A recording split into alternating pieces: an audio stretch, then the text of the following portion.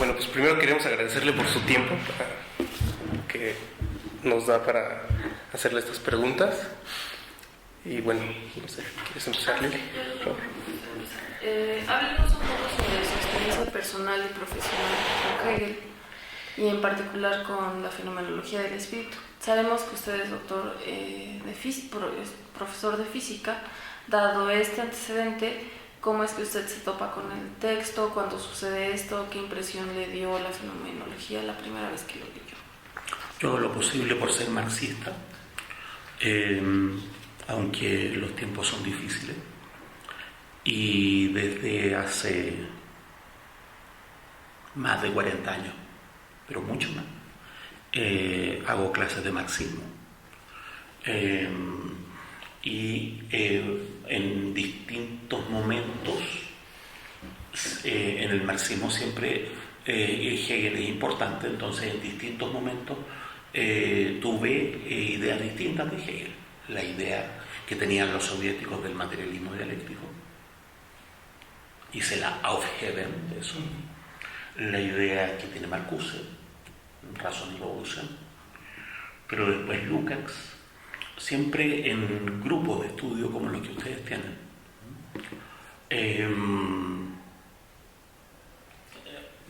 Después empezamos mucho tiempo después, a estudiar a Hegel parcialmente con un grupo de gente. Un texto breve, otro. Fuimos a cursos de los poquísimos, 2 profesores en Chile que daban cursos de Hegel. A partir de todo eso, yo empecé a hacer yo mismo un curso y mucho tiempo después empecé a hacer un seminario sobre la fenomenología del espíritu. Habitualmente doy el curso de filosofía moderna y ahí hago la transición de Descartes a Kant, de Kant a Hegel. Cada cierto tiempo doy seminarios específicos sobre capítulos de la lógica o sobre el concepto previo de la enciclopedia, pero el seminario de la fenomenología es el que ha durado más. Hice un primer seminario que duró 7 años para leer el texto línea por línea, y cuando terminamos estábamos muy entusiasmados y dijimos: ¿y qué vamos a hacer ahora que terminamos? Y entonces dijimos: empecemos de nuevo. Entonces lo empezamos a leer de nuevo, y en esta segunda lectura llevamos de nuevo 7 años, pero acabamos de terminar la sección religión. Yo creo que entre el saber absoluto y el prólogo vamos a demorarnos otros 2 años. Eso es lo que he hecho. Muy bien. Bueno, pues Me interesa leer a Hegel mismo, porque Hegel puede ser usado, para mi gusto, con muy buen provecho para el marxismo. Sin embargo, yo creo que hay que leer a Hegel por sí mismo, a Marx por sí mismo, y después hacer una composición. Entonces las lecturas que he hecho de Hegel no son las últimas, digamos, estos 2 seminarios de la fenomenología o los cursos que hago sobre la lógica, no son para relacionar a Hegel con Marx. Eso además lo hago en otros cursos, sino que son cursos para entender a Hegel como tal. Eso. ¿Y cuándo fue la primera vez que leyó a Hegel? Así como anecdótico, digamos. ¿Y qué impresión le dio? Yo nací a mediados del siglo XX y mi abuelo nació a fines del siglo XIX. Mi abuelo era anarquista, grande, malo, pero era vegetariano y era inofensivo. En Chile prácticamente no hay anarquistas. Él aprendió a leer a los 30 años, le enseñaron unos anarquistas españoles, y cuando descubrió que se podía leer, se propuso leer todo lo que se había escrito. Casi lo logró. Y entre las miles de cosas que leyó, miles, cuando yo era niño, a los 6, 8 años, me hablaba de Freud, de Kant, de Marx, de Hegel. Entonces vengo escuchando sobre Hegel hace más de medio siglo. Y la impresión que me dio es que tenía que ser una persona muy importante, porque mi abuelo se ponía muy serio cuando hablaba de Hegel. ¿Y cuándo fue la primera vez que usted leyó a Hegel directamente? Lo que pasa es que lo que te decía es una cosa en etapas, porque cuando uno enseñaba como buen marxista-leninista el canon soviético del marxismo, había un cierto Hegel que enseñar. Era el idealista que puso la mente por sobre la materia, cosas por el estilo. Entonces, claro, ahí cualquier cosa que leyeras, en general indirecta, era a través de eso. Pero después a través de Marcuse, ¿no? Yo diría que desde los años 80 empecé a leer a Hegel directamente, la fenomenología del espíritu, porque con un cura jesuita que hacía el curso en la Universidad Católica de Santiago de Chile, él hizo un curso sobre la fenomenología, entonces nos mostró que era posible leer el texto directamente, por muy difícil que fuera. Bueno, ahora sí le voy a entrar a las preguntas más. Una de las conclusiones interpretativas que usted en diversos textos ha extraído de la lectura de Hegel es que se trata de un historicismo absoluto, en el sentido de que para Hegel es la totalidad del obrar de todos y cada uno, como totalidad diferenciada y en devenir, el fundamento de una comprensión concreta de la realidad. Sin embargo, en el caso concreto de la fenomenología, existen pasajes que sugieren, o al menos esa es mi interpretación, cierta independencia de la realidad extrahumana de la naturaleza frente a la realidad espiritual, es decir, la realidad producida por los seres humanos. Me refiero en específico al pasaje sobre la vida en el capítulo de autoconciencia y por otro lado al final de observación de la naturaleza. Por supuesto, en estos pasajes no se trata de una independencia absoluta, como una incógnita kantiana, no se trataría de eso, sino de una independencia mediada por el espíritu. La independencia de la naturaleza frente al espíritu consiste más bien en que la conciencia pasa por la experiencia de la independencia de esa realidad.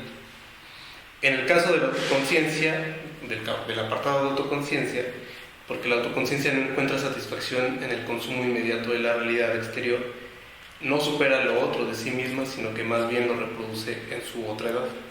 En el caso de observación de la naturaleza, porque la razón no encuentra en ella la significación universal, racional y teleológica que estaba buscando. En los dos casos, el movimiento que Hegel parece llevar a cabo es el de un salto de la naturaleza al espíritu, sin solución de continuidad. Mi pregunta es esta: ¿cómo habría que entender esta experiencia de la independencia de la naturaleza en relación con la idea de un historicismo absoluto? El historicismo absoluto consistiría precisamente en la necesidad de dar ese salto.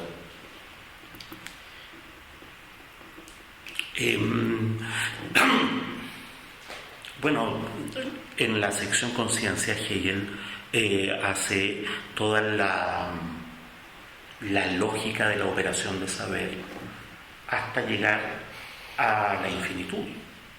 Y en la infinitud el sujeto se identifica con el objeto. Y cuando se levanta el telón no hay nada que ver, es el sujeto mismo el que tiene que ver. Lo que ahí en la infinitud queda establecido para todo el resto del texto es que lo único que hay es la operación de conocer de un sujeto, lo único que hay. No hay un otro de la operación de conocer. No se conoce otra cosa. El espíritu se conoce a sí mismo. Y la sección autoconciencia empieza con la infinitud. Y empieza con la figura de la infinitud viviente ahora.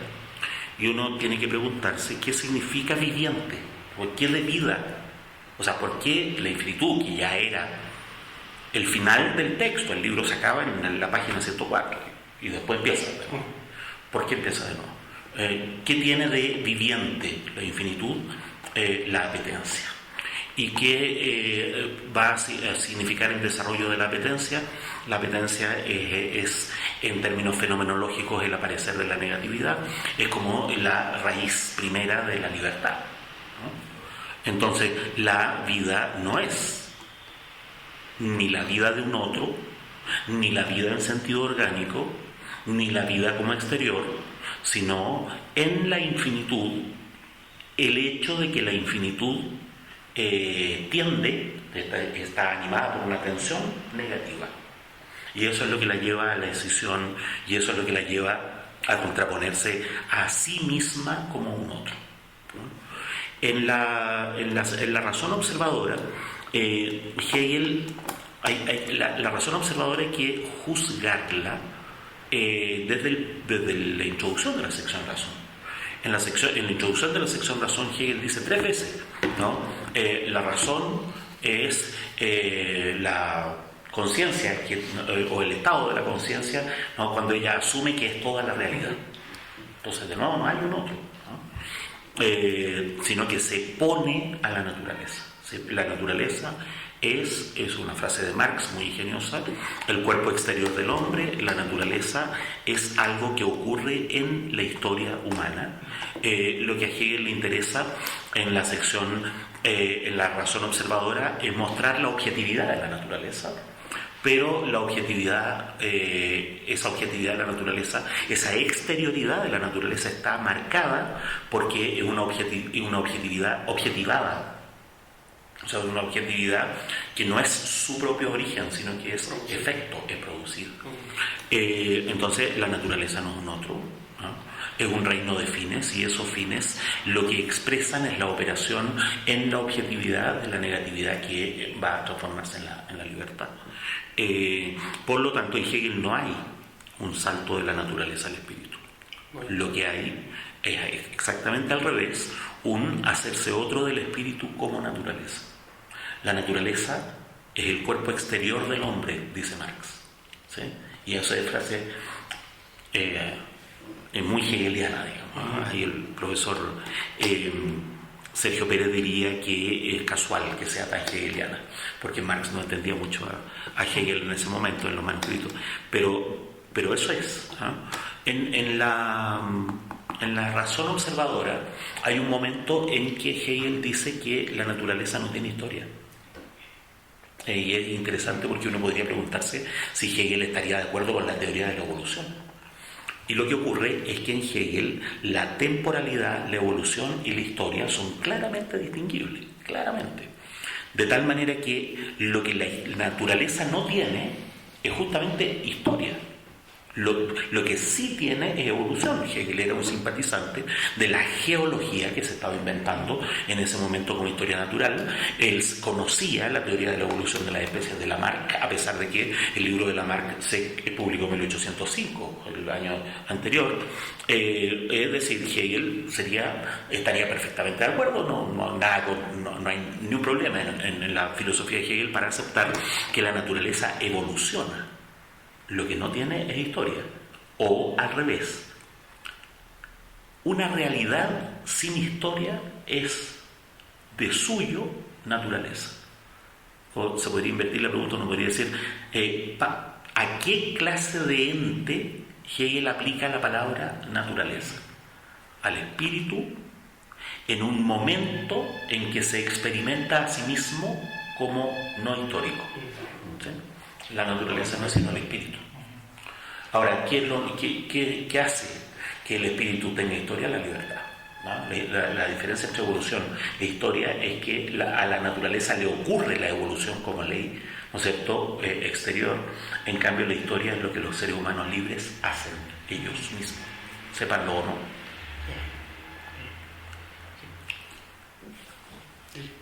Sí. Bueno, sobre esta temática de la naturaleza, yo tengo una pregunta. Por ejemplo, en Adorno, la temática de la naturaleza es central, sobre todo en teoría estética. Y se podría decir, me parece, que su diferencia respecto de Hegel recae en el concepto de reconciliación.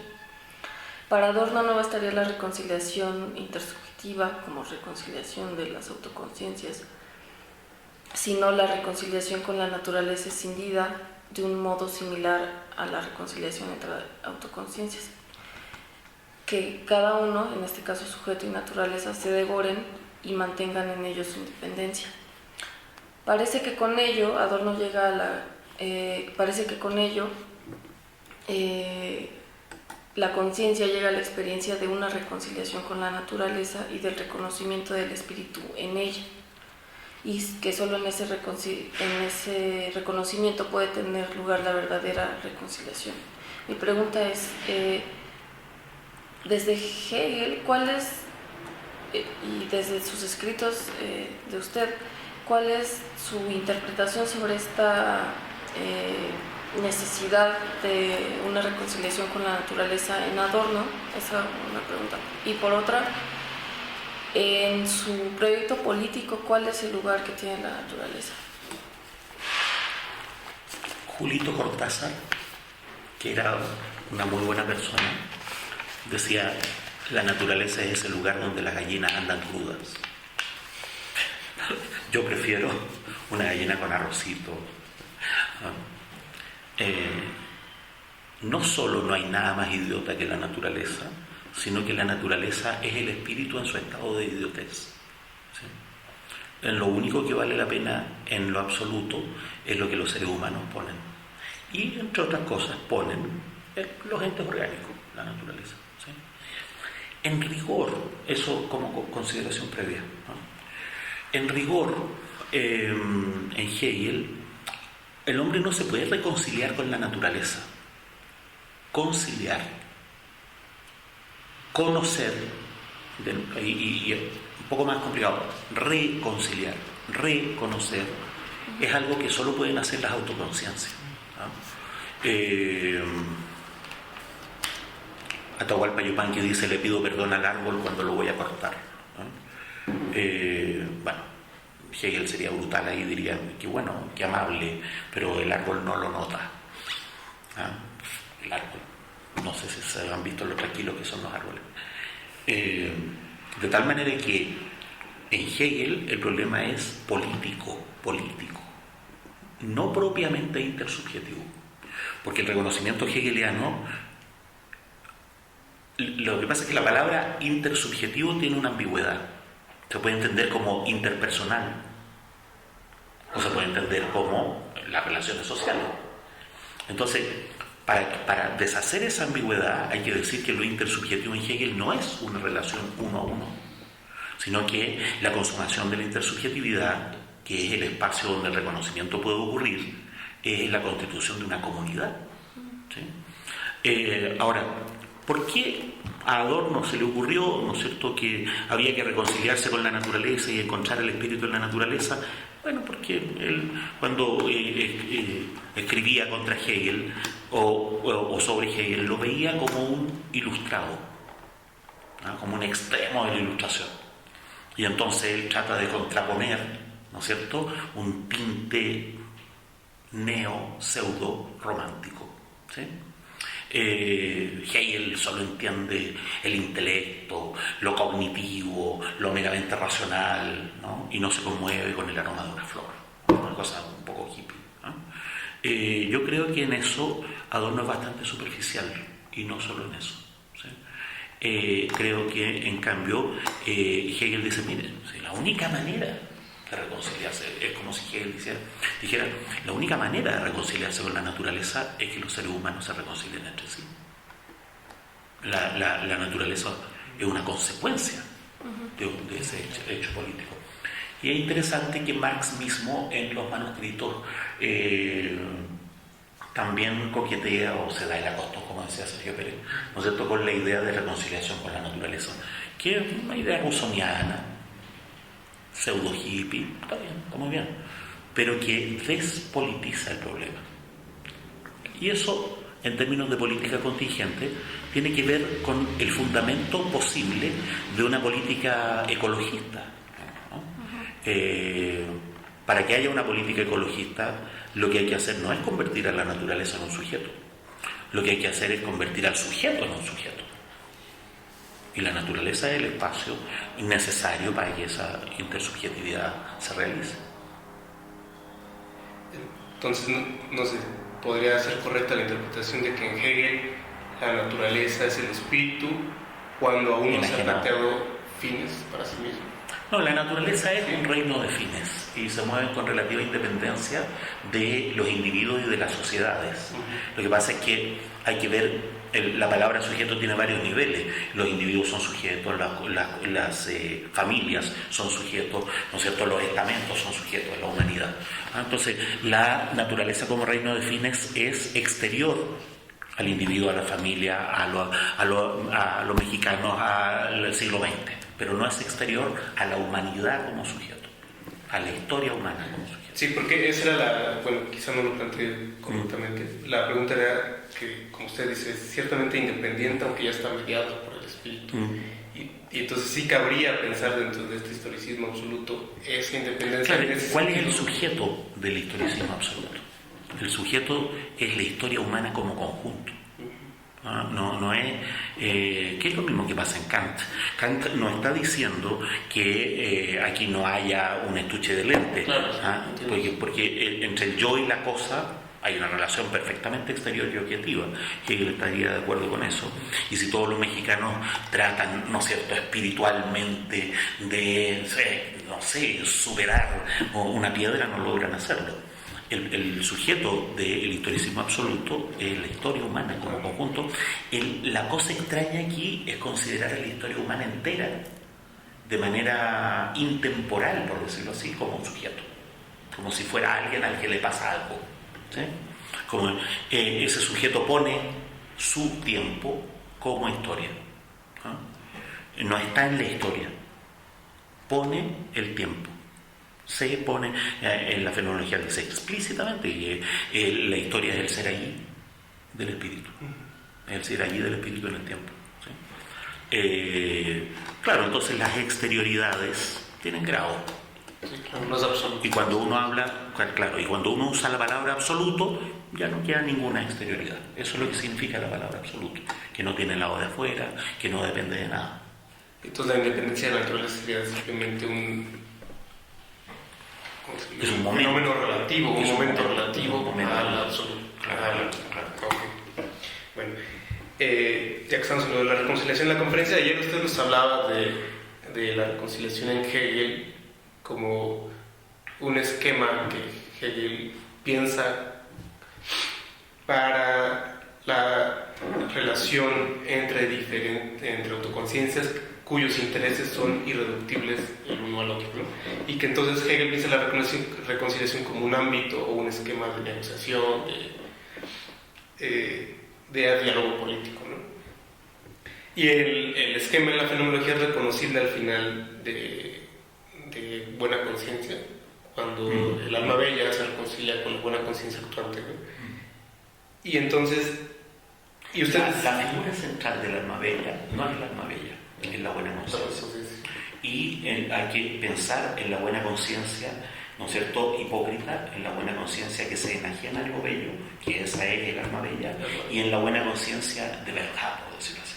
Y Hegel explicita a la buena conciencia que es, ¿no es cierto?, esta dureza de corazón, a esta buena conciencia que llega al extravío, a la locura de Hölderlin, ¿no es cierto?, de Schiller.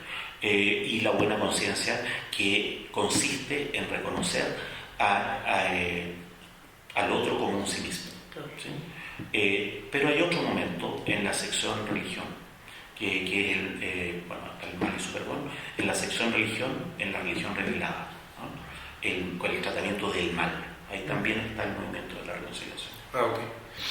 Bueno, y nos decía ayer que ese esquema de la reconciliación es justamente como habría que plantear, quizás, si entendí bien, el horizonte comunista, como ese escenario donde podemos negociar las diferencias, etc., ¿no?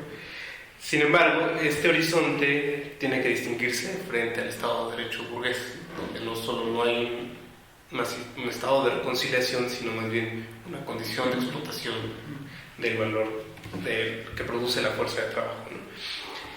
Entonces, nos decía ayer que si nuestro interés es entonces la superación de esa condición de explotación, el esquema hegeliano de reconciliación parece en este sentido inoperante para la articulación de una política revolucionaria, para la cual parecería más bien necesario asumir la violencia de masas como un único recurso posible y además legítimo. Y el esquema hegeliano incluso es lo contrario de la violencia revolucionaria.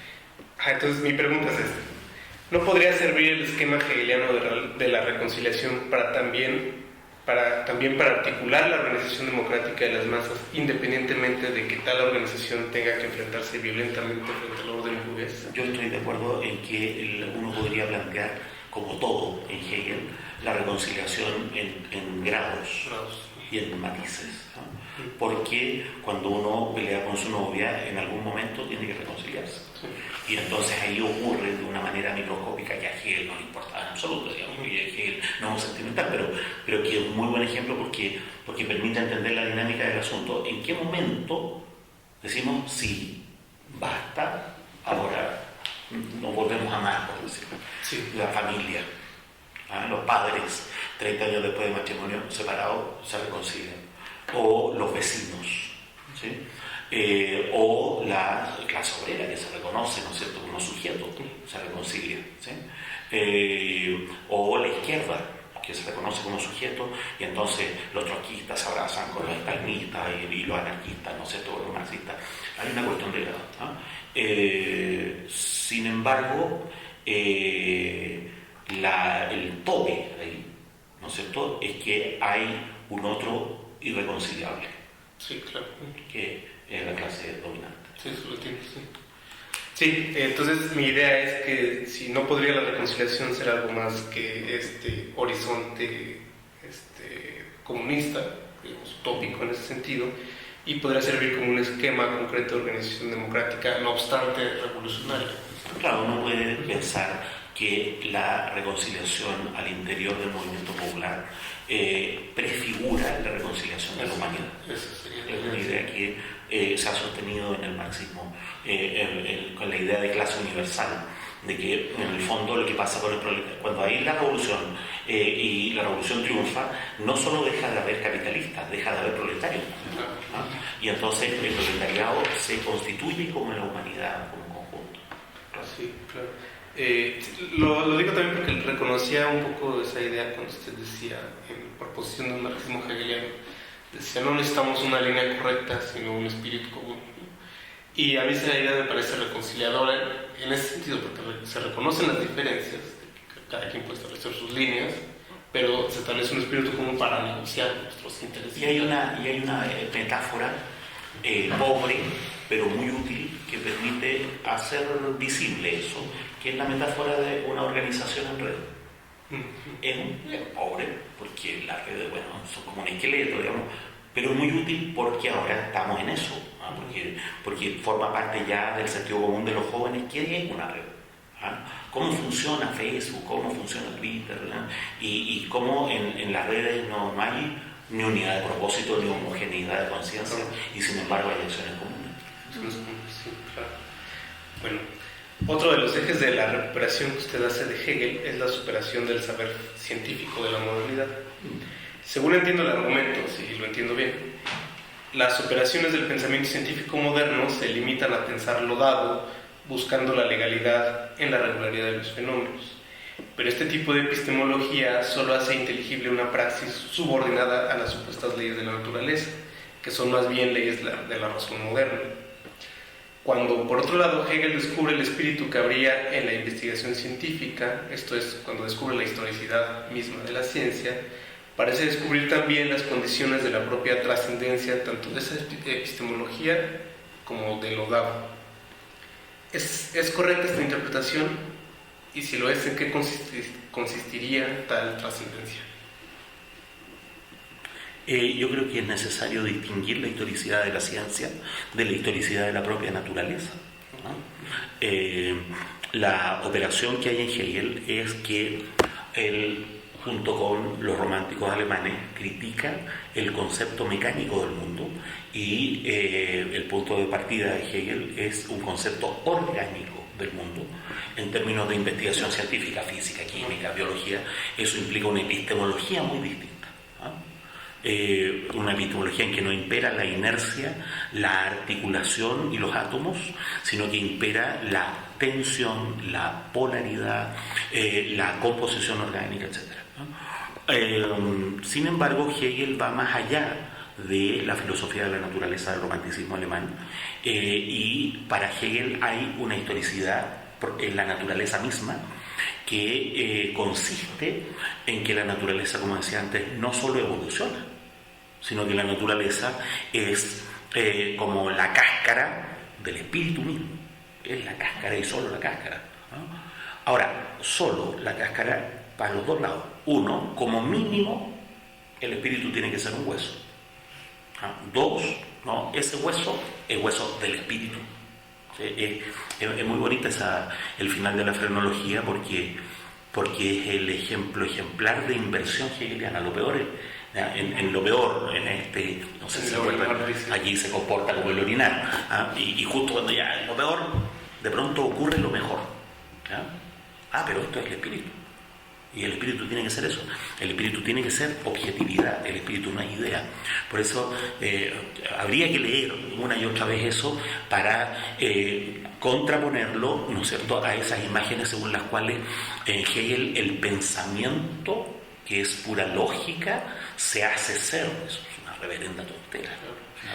Y hay una indicación, ¿no? Incluso ahí en la parte antes de frenología, cuando habla del cerebro, que dice que ciertamente el espíritu radica en el cerebro. Es una idea que me parece muy interesante, pero solo se manifiesta en la medida en que el cerebro no aparece, o sea, en la medida en que el cerebro se mantiene dentro del cráneo, en el sujeto mismo. Y entonces viene todo el problema consiguiente de, en el aparecer, que está lo interesante, no en aquello que aparece en el aparecer, sino en la actividad de aparecer, ¿no? Que es la cosa que se produce en todas las secciones, que todo se da en el fenómeno, no hay más allá del fenómeno, no hay en sí, kantiano. Ahora, ya una concepción orgánica de la naturaleza debería permitir una superación de los dogmatismos de las ciencias, de las disciplinas, de la física, de la biología, de la química. Pero las mismas disciplinas han estado haciendo eso con la relatividad general, con la física cuántica, qué sé yo. Pero habría que tener conciencia de eso. Lo que pasa es que una de las dificultades, una de las cosas que hace difícil Hegel, es que no estamos familiarizados en absoluto con esa filosofía de la naturaleza. Todos los autores, incluso los hegelólogos más respetables, cuando llegan a esa parte dicen, bueno, pero eso pasó de moda en 1840, nunca más nadie lo desarrolló, ¿sí? No estamos familiarizados, ¿ya? Y encima de eso, ¿no? Hegel va más allá de esa. Entonces, si no estamos familiarizados con esto, menos entendemos qué puede significar que la naturaleza sea una cáscara del espíritu, digamos, ¿no? Eso es. Bueno, ¿quieres preguntar? No, eso es tú. Quisiera pasar a hablar a las preguntas relativas a las claves de lectura de la fenomenología, ¿no? Ya más en la actitud de estudiante. Nosotros estamos entrando ahorita al capítulo de religión. Yo puedo hablar en actitud de estudiante. Estamos entrando al capítulo de religión y nos ha costado trabajo entender el concepto de Dios. ¿En qué parte? Bueno, en la religión natural. En la Enmeric, bueno. El concepto de Dios, enfáticamente, al menos eso es lo que recordamos, aparece al final de Buena Conciencia. No recuerdo que lo mencione antes Hegel como enfáticamente, o sea, pero en la introducción de la sección religión, la religión ha aparecido durante todo este transcurso, como el interior suprasensible, dice una cosa brutal, dice, y la razón no tiene Dios. ¿Sí? No tiene y después, etcétera. Hay una enumeración. Dios es en la sociedad humana aquello que hace que la sociedad humana pueda convertirse en una comunidad. Eso es Dios. Y Hegel está muy interesado en que ese principio, sea real. Dios es real, está en nosotros, resucitó, y él aprovecha toda la metáfora cristiana de la resurrección para decir, en la sociedad humana hay algo real que trasciende a los particulares, ¿no? Que trasciende el momento, no trasciende el ser, no está en el cielo, pero hay algo trascendente que permite o permitiría, no un juicio empírico, que la sociedad humana, que ha vivido como comunidad contrapuesta, viva como una comunidad reconciliada. Sí, porque el término como tal aparece a propósito de la reconciliación, de hecho. Sí, pues este es el Dios, creo que en la buena conciencia hay un momento que dice, y este es el Dios que aparece entre los dos, ¿no? que es la resurrección, es el momento de la resurrección. Pero entonces es un principio de comunidad, digamos, Dios en Hegel es un principio de comunidad.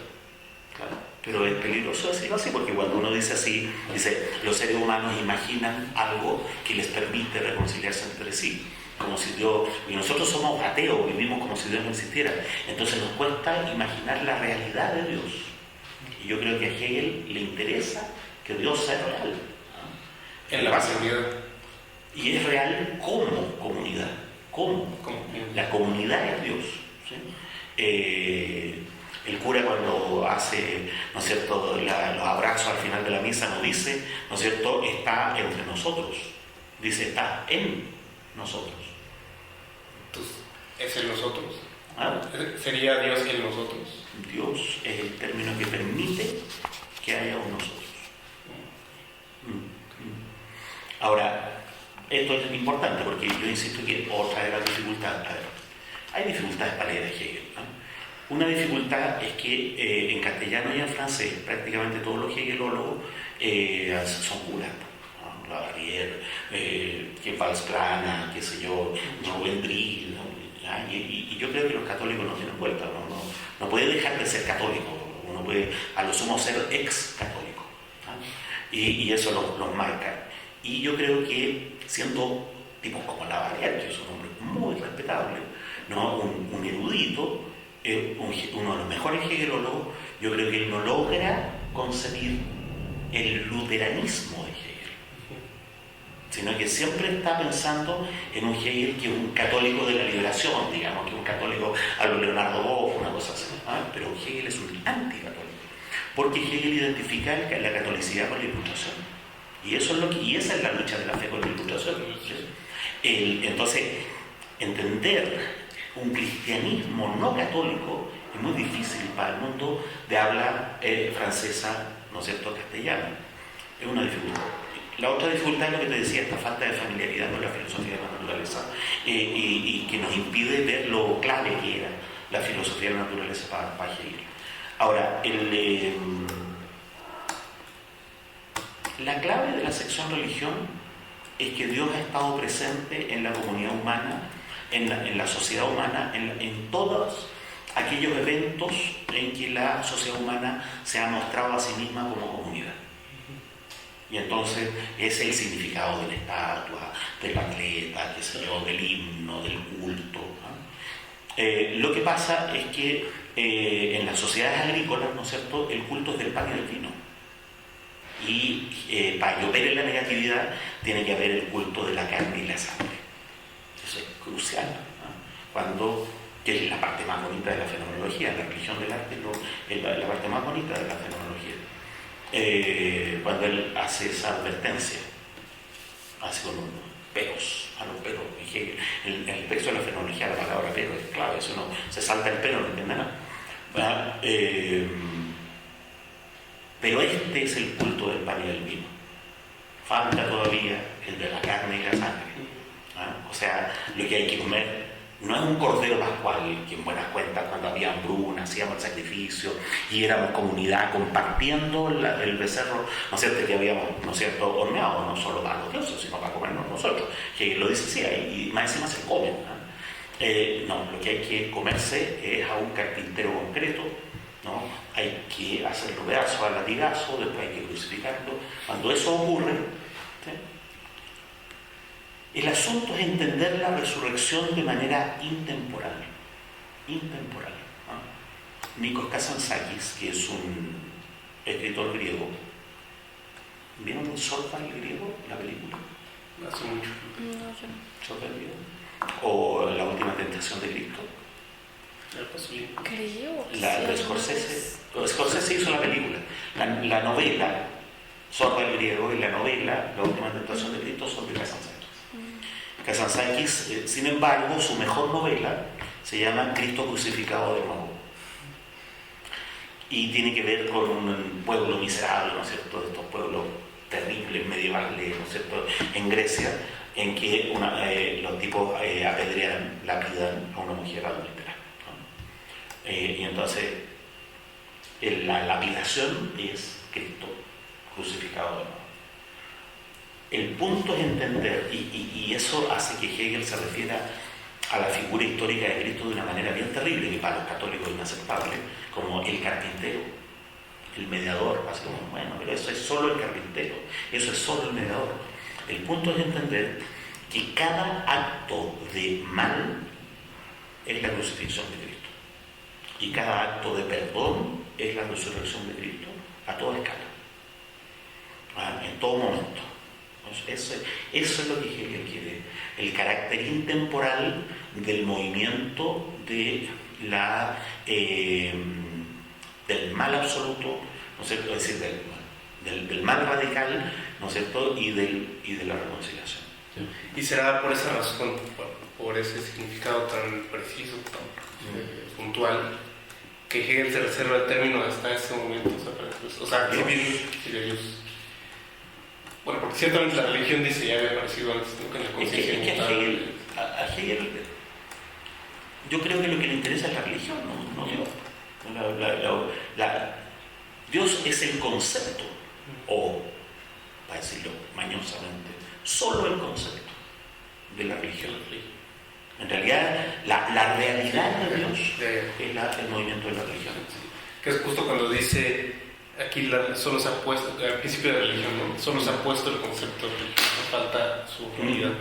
Y ese sería solo el concepto.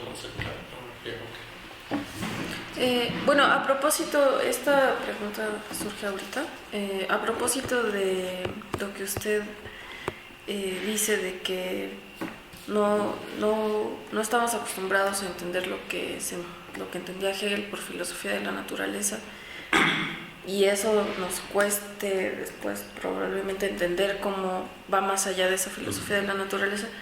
¿Cuáles son los textos o las obras que nos permitirían entender esa filosofía de la naturaleza de Hegel? Lo que pasa es que el siglo XIX y el siglo XX son siglos kantianos o kantistas, ¿no?, que tienen una impronta ilustrada, es como la escolástica de la ilustración.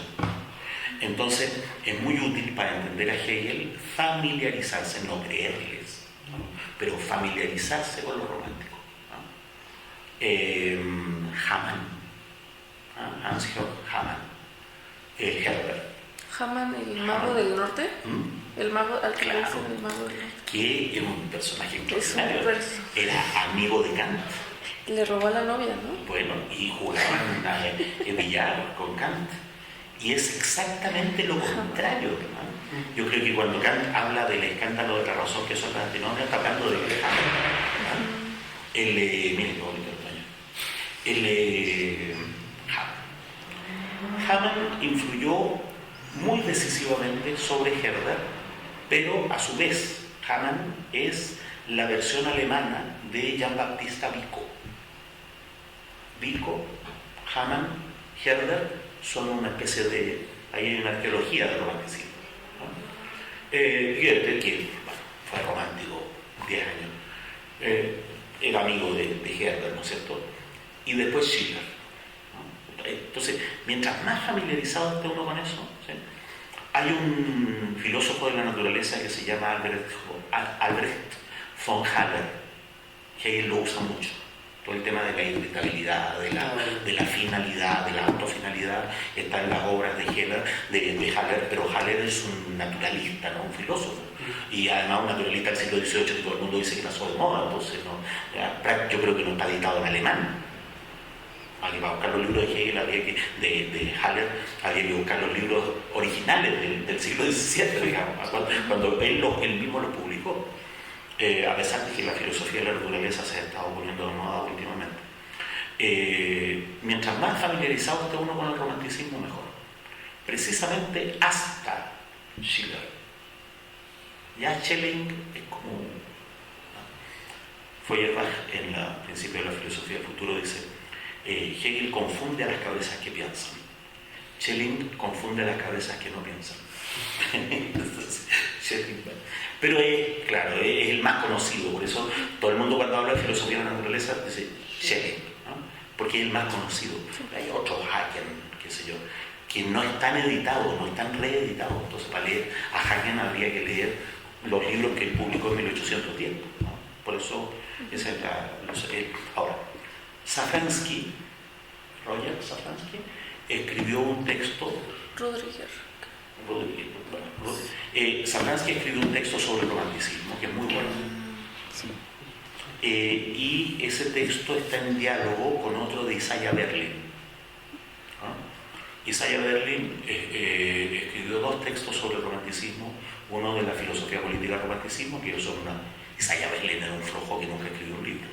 Entonces los alumnos le convirtieron el libro en unas conferencias que él había dado.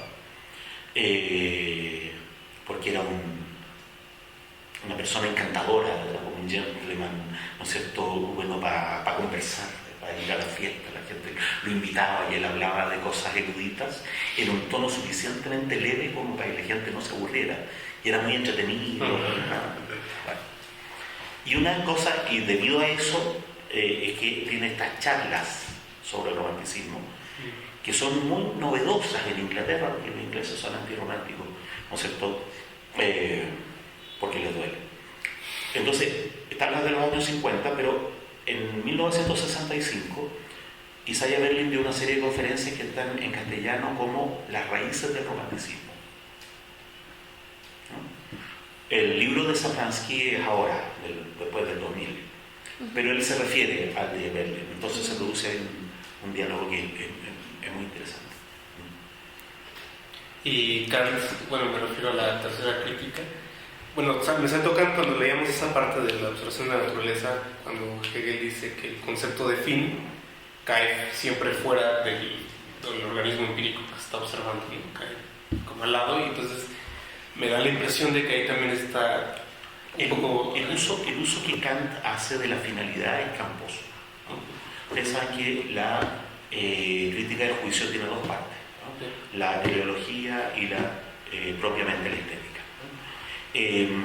Mi opinión es que lo que Kant necesitaba era hacer verosímil la articulación entre la crítica de la razón pura y la crítica de la razón práctica. ¿Cómo sabe usted? Hacer verosímil sobre todo un detalle de la crítica de la razón práctica. ¿Cómo sabe usted que leyes universales pueden ser discernidas para casos particulares? Entonces Kant dice, mire, que hay dos maneras en que eso se ve. ¿Sí? Se ve en el sentimiento, en el juicio estético. En el juicio estético se logra, ¿no es cierto?, juntar lo universal y lo particular, qué sé yo, y entonces por eso es la famosa idea de que lo bello es el símbolo, ¿no es cierto?, de la moral, ¿no?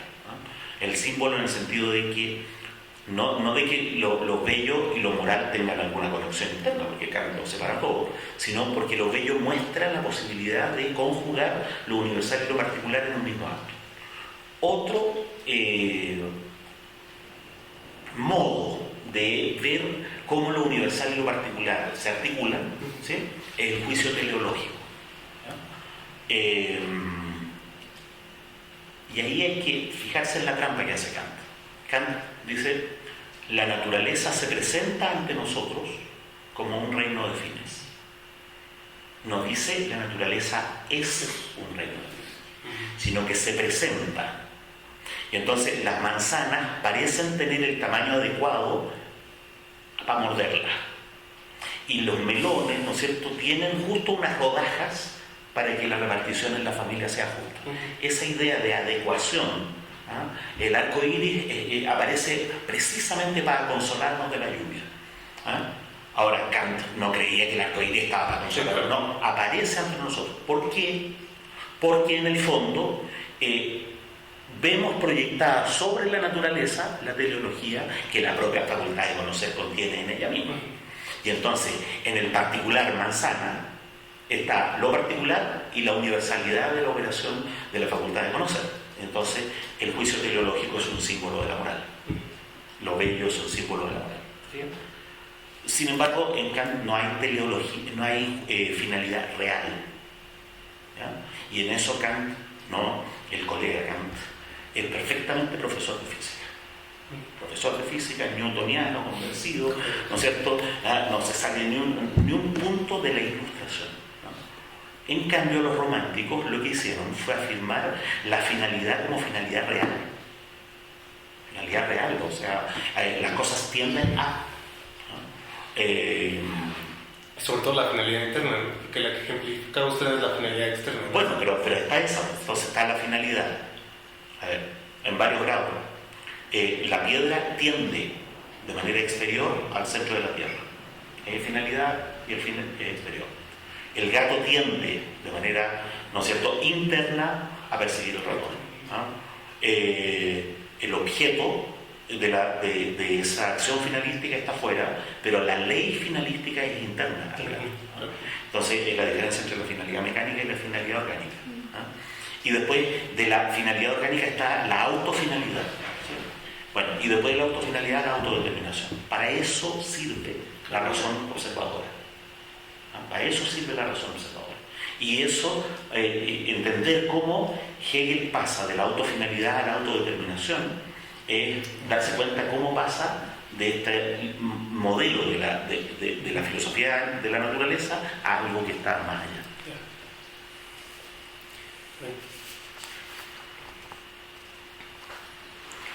Un tema que ha causado dolores de cabeza en el seminario de la fenomenología es la tríada ser en sí, ser para sí y ser en y para sí. En la página 292, en la sección Cultura, Hegel explica algo crípticamente que se trata de tres momentos de la sustancia simple o de masas espirituales, e incluso analoga estas masas espirituales con las masas naturales, el agua, la tierra, el aire, el fuego.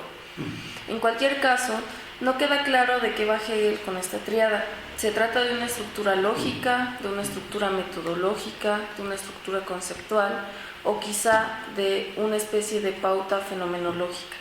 ¿Qué querría significar cada una de estas masas espirituales?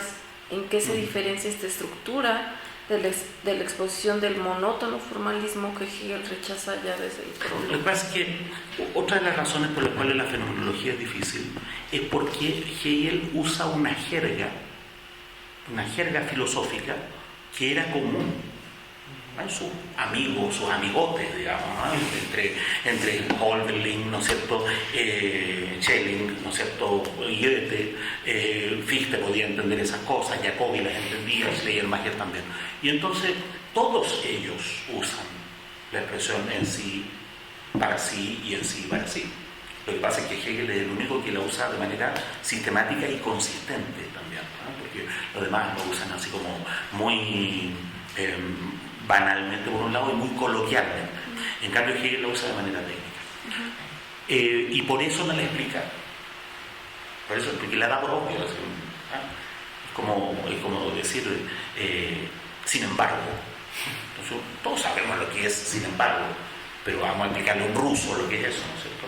Y si nosotros tuviéramos que explicar la terminología de nuestros textos de filosofía, probablemente no explicaríamos el término sin embargo, ¿no? No sé si se han dado cuenta que cuando se traduce del inglés o del alemán, hay un problema con la palabra pero, ¿sí? Que el adversativo, ¿cuáles son los adversativos? Pero, ¿Sino? Sino, ¿sí? Y entonces dicen, pero no se trata de este libro, pero de este otro. No, eso no se dice así. Se dice, no se trata de este libro, sino de este otro. Nosotros captamos la diferencia entre el adversativo sino y el adversativo pero no le explicamos, ¿eh? Y no nos sentimos convocados a explicarla. Lo mismo pasa con en sí para sí y en sí para sí son términos lógicos, y la cita que tú traes a colación es un ejemplo, no una definición de en sí. Aquí también hay en sí y en todo, o sea, ad nauseam, digamos, ¿no? Hay páginas de la fenomenología que no aparezca como 3 veces. Lo en sí puede interpretarse como el todo ya entero, no desarrollado, no desplegado. El para sí es más que es más que una cosa. El para sí es el momento de la exteriorización, pero también es el momento en que la exteriorización se consuma. Entonces, ahora se tiene para sí. Esa es la forma rigurosa. La conciencia se tiene para sí cuando se ve confrontada a otro, por ejemplo. Es decir, ¿por qué se tiene para sí? Se tiene para sí, porque ese otro no es sino ella misma, pues estar ante sí misma, es como una especie de desafío interno, exteriorizado. Entonces, el momento de la exteriorización, el momento de que esa exteriorización se consolida, el momento en que eso es un desafío, el momento en que la conciencia lo sabe, todo ese movimiento, el para sí es más complicado. ¿Y por qué eso resulta complicado? Porque Hegel usa la expresión para sí en esos distintos sentidos, sin advertencia, ¿no? Pero es extremadamente consistente. Y el en sí y para sí es el retorno. Entonces, un espejo refleja. Y entonces, estoy en mí. Me exteriorizo como imagen, un fenómeno óptico. Y en el espejo rebota la imagen y ahora me tengo a mí mismo como imagen. Eso se llama reflexión en óptica. ¿O no? Eso es una reflexión. Y entonces Hegel usa literalmente ese fenómeno óptico y dice el movimiento del en sí, el para sí y el en sí para sí, el movimiento de la reflexión. El movimiento en que, pero no es en un espejo ni en algo otro, sino es en un otro exteriorizado desde sí mismo. ¿No? Y ese movimiento, el movimiento de la reflexión, está en el segundo libro de la lógica. En el segundo libro de la lógica, en la doctrina de la esencia, ¿cómo se llama? El primer capítulo se llama la esencia como reflexión sobre sí misma. Entonces, ya no hay un espejo, algo y un espejo, sino que hay un algo que se desdobla y es espejo de sí mismo. La esencia como movimiento de la reflexión sobre sí misma, reflexión de fue, volvió, lo asumió. ¿Sí? Entonces son términos lógicos, lo desarrollado, lo puesto frente a sí como desafío, lo asumido, se dice en castellano, interiorizado. En la lógica usa en todo ese uno, exteriorización para el paso de lo en sí al para sí, y usa inelum como inverso de entonces, como interiorización, ¿no es cierto?, como el paso al en sí para sí. Lo que pasa es que, ahora hagamos otra distinción. En términos lógicos, eso se llama reflexión. En términos fenomenológicos, se llama en sí para sí y en sí para sí. Entonces, esta tríada es la expresión fenomenológica del movimiento lógico de la reflexión. Por eso en la fenomenología aparece en todas las páginas y en cambio en la lógica es mucho más escaso. Y en la lógica lo que aparece ahora en todas las páginas es la reflexión, el devenir, la determinidad, qué sé yo. ¿Sí? Se da ese problema en Hegel también, porque hay los términos lógicos, ¿no es cierto?, la contradicción, y los términos fenomenológicos, la infinitud. Pero es el mismo término. Y lo dice, ¿no? Si ustedes leen en la infinitud, en la página 100 a la 104, dice, hay que pensar la contradicción. Dice. Y esto, la contradicción es, en este ámbito, la infinitud. Y entonces, entre infinitud y contradicción, hay dos planos del mismo concepto, el plano fenomenológico, cómo la contradicción aparece ante sí misma, porque el ser no aparece ante otra cosa, y cómo la contradicción es por sí misma, como puro concepto. Estos son momentos fenomenológicos. El en sí, el para sí, el en sí, para sí, son el aparecer de la reflexión. Es como describir el movimiento de la reflexión, o el movimiento de la exteriorización, interiorización.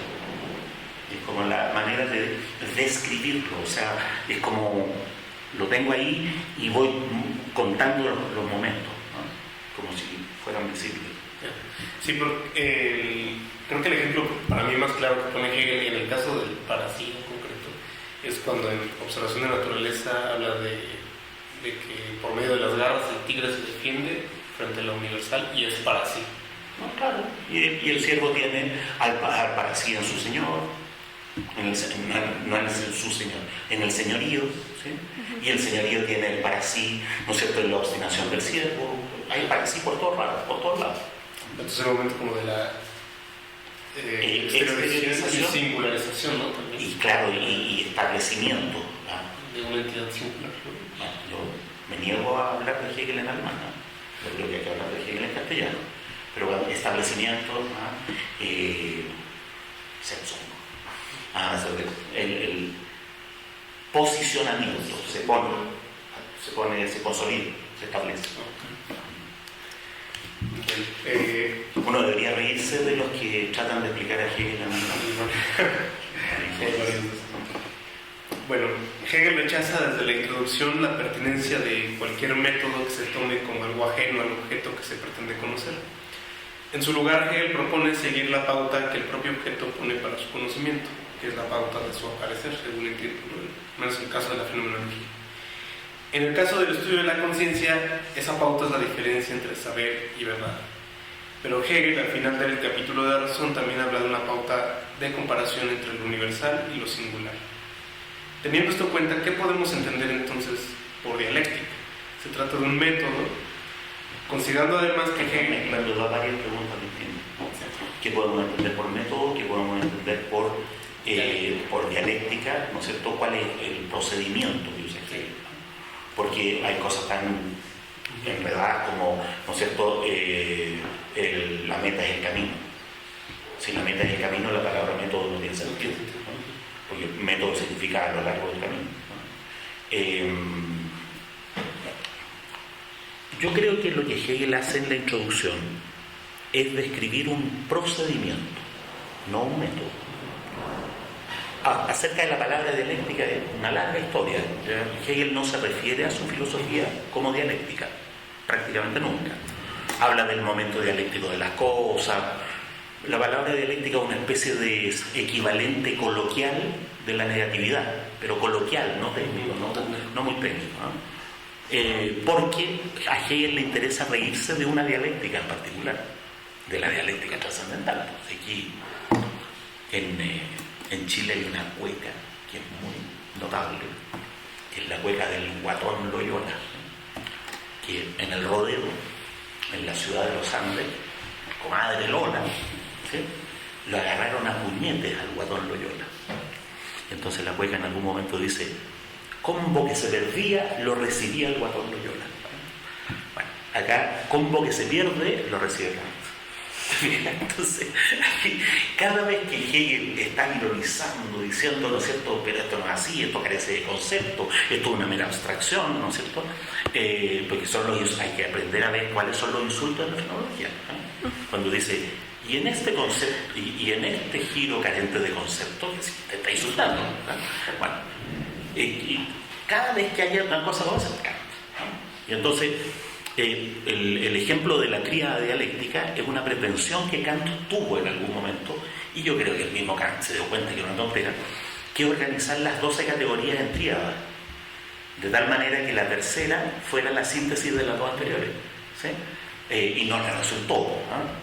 Después en la antinomia tenían que ser 4 porque era la forma del silogismo, una cuestión arquitectónica que tenía Kant, que era más bien una maña retórica, y Hegel se ríe de eso, ¿no? Por lo tanto, para mi gusto, la palabra dialéctica está fuera de discusión y que no corresponde al filósofo. Ahora, en cuanto al procedimiento, ¿cuál es el procedimiento? Que no es un método, porque esa es la idea de pauta, la idea de un conjunto de reglas que se aplican sobre un objeto y cuando tú las aplicas obtienes algo. No, eso no es.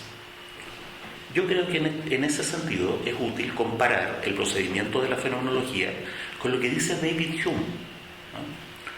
Hume fue consciente, los otros filósofos ingleses lo habían hecho, de que el common sense puede ser un argumento filosófico, ¿no? Hay que decirlo en inglés, ¿no es cierto?, porque en castellano sentido común tiene un matiz peyorativo, ¿no? Es de sentido común, significa que es trivial, ¿no es cierto? En cambio, en inglés common sense es el buen sentido del sentido común, o también la razonabilidad. Entonces, para Berkeley, para Hobbes, ¿no es cierto?, un buen argumento para algo sería, ¿no es cierto?, ¿qué es lo verdadero? ¿Qué es lo bello? Entonces, procedimiento. ¿Qué dirían las personas razonables sobre eso? Y eso, lo que dirían las personas razonables, lo usa como argumento filosófico. Ahora, vaya a saber uno quiénes son las personas razonables. Ahí está el supuesto de que hay una cierta razonabilidad, ¿sí?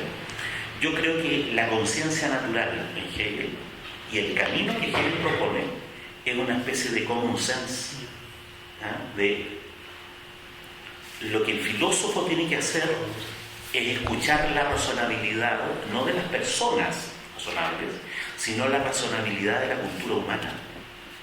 Es como una especie de ampliación a nivel histórico de este argumento de common sense. Los seres humanos en sus creaciones culturales han expresado su razonabilidad, y eso es lo que hay que escuchar. Entonces ahí esa es la conciencia natural, y hay que seguir lo que la conciencia natural dice, porque la conciencia natural misma, por sí misma, ha llegado a estas cosas. Y ahí viene la diferencia entre el para nosotros y para la conciencia, ¿no es cierto? Lo que ha ocurrido con la Revolución Francesa es que la conciencia natural misma ha llegado a la posibilidad de la libertad, de la autonomía del individuo, del Estado de Derecho. Ese es el tema del procedimiento, diría yo. Bueno, paremos la grabadora y me esperan 5 minutos. Sí, claro.